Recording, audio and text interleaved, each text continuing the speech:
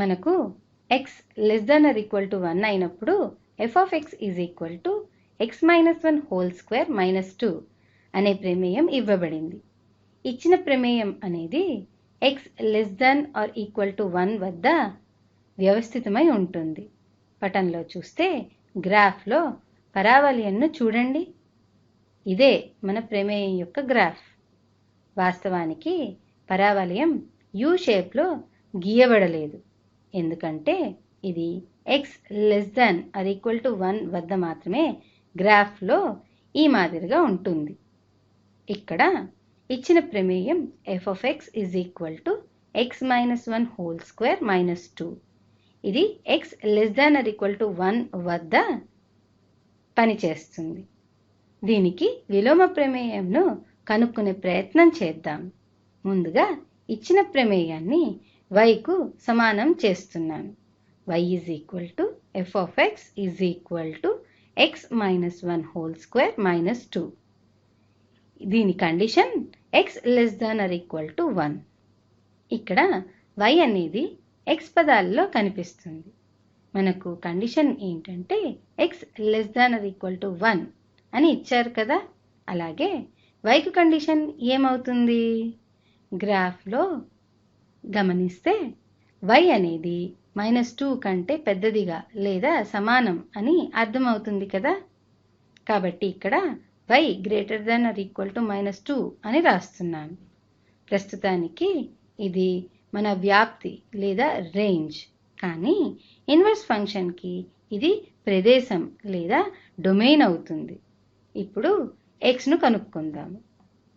ఎందుకంటే xను yలలో కనుక్కుంటే అదే ఇన్వర్స్ ఫంక్షన్ అవుతుంది.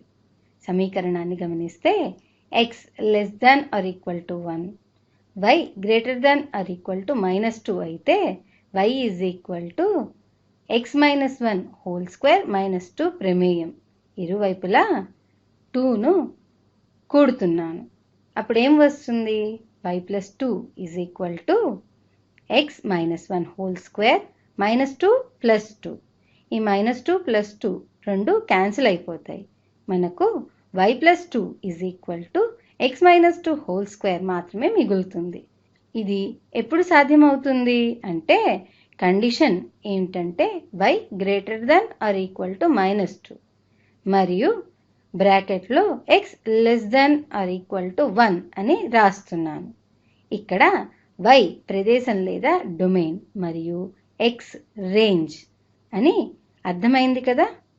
అయితే దీన్ని చూడగానే ఇరువైపులా వర్గమూలం చేయాలనుకుంటున్నారు కదా.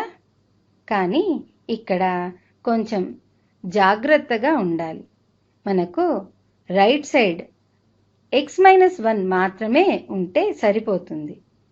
ముందుగా x-1 అనేది పాజిటివ్నా లేక నెగిటివ్ నెంబరా అన్నది చూద్దాము. మనకు ఇచ్చిన కండిషన్ ఏంటి? x less than or equal to 1 కదా. అంటే x అనేది 1 లేదా 1 కంటే చిన్నదని అర్థమవుతుంది కదా. కాబట్టి x అనేది నెగిటివ్ నెంబర్. కాబట్టి ఇక్కడ నెగిటివ్ స్క్వేర్ రూట్ తీసుకోవాలి. నేను -3 తీసుకుని దానికి స్క్వేర్ చేస్తే 9 అవుతుంది. ఒకవేళ నేను 9కు స్క్వేర్ రూట్ చేస్తే, ఉదాహరణకు దీనికే ఇరువైపులా స్క్వేర్ రూట్ చేస్తే మనకు ఇరువైపులా -3 రావాలి కదా. కానీ 3 వస్తుంది. కానీ మనకు -3 రావాలి. కాబట్టి ఇరువైపులా నేను ఇక్కడ నెగటివ్ స్క్వేర్ రూట్ తీసుకుంటున్నాను. పరిపూర్ణ వర్గ సంఖ్యకు వర్గమూలం లేదా స్క్వేర్ రూట్ పాజిటివ్ లేదా నెగిటివ్ అవుతుంది. ప్రధాన వర్గమూలం పాజిటివ్ రూట్. సరే, మన ప్రమేయంలోకి వచ్చేద్దాం. x-1 అనేది నెగిటివ్ కావటం వల్ల రెండు వైపులా నెగిటివ్ స్క్వేర్ రూట్ తీసుకుంటున్నాను. -√y + 2 is equal to -√x-1 whole square for y greater than or equal to -2 and x less than or equal to 1. దీన్ని root of y plus 2 is equal to x minus 1 for y greater than or equal to -2 అని రాయొచ్చు.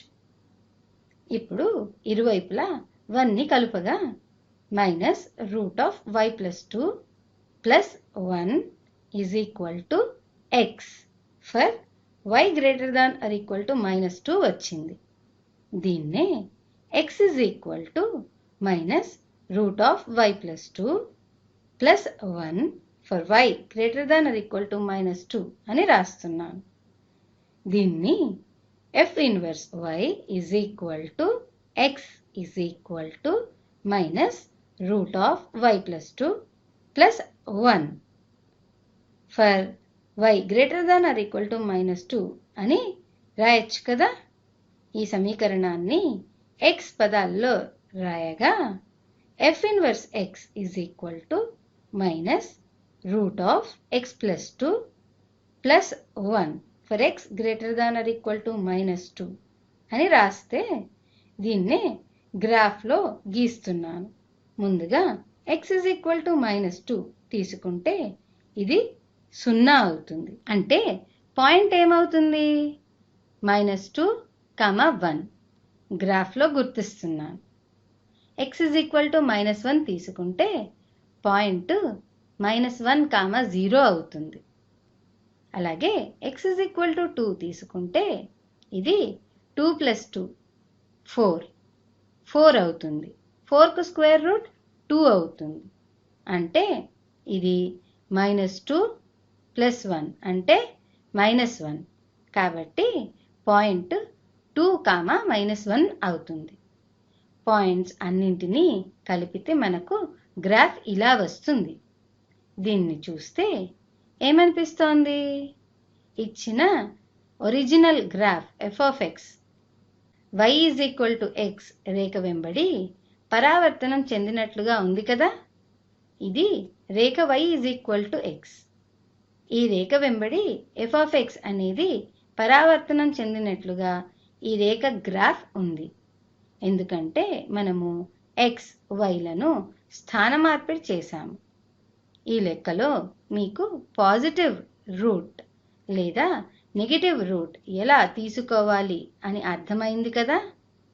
ఇచ్చిన ప్రదేశం లేదా domain కండిషన్ను బట్టి ఇక్కడ positive square root లేదా నెగటివ్ స్క్వేర్ రూట్ తీసుకోవాలి. నెక్స్ట్ వీడియోలో మళ్ళీ కలుద్దాం.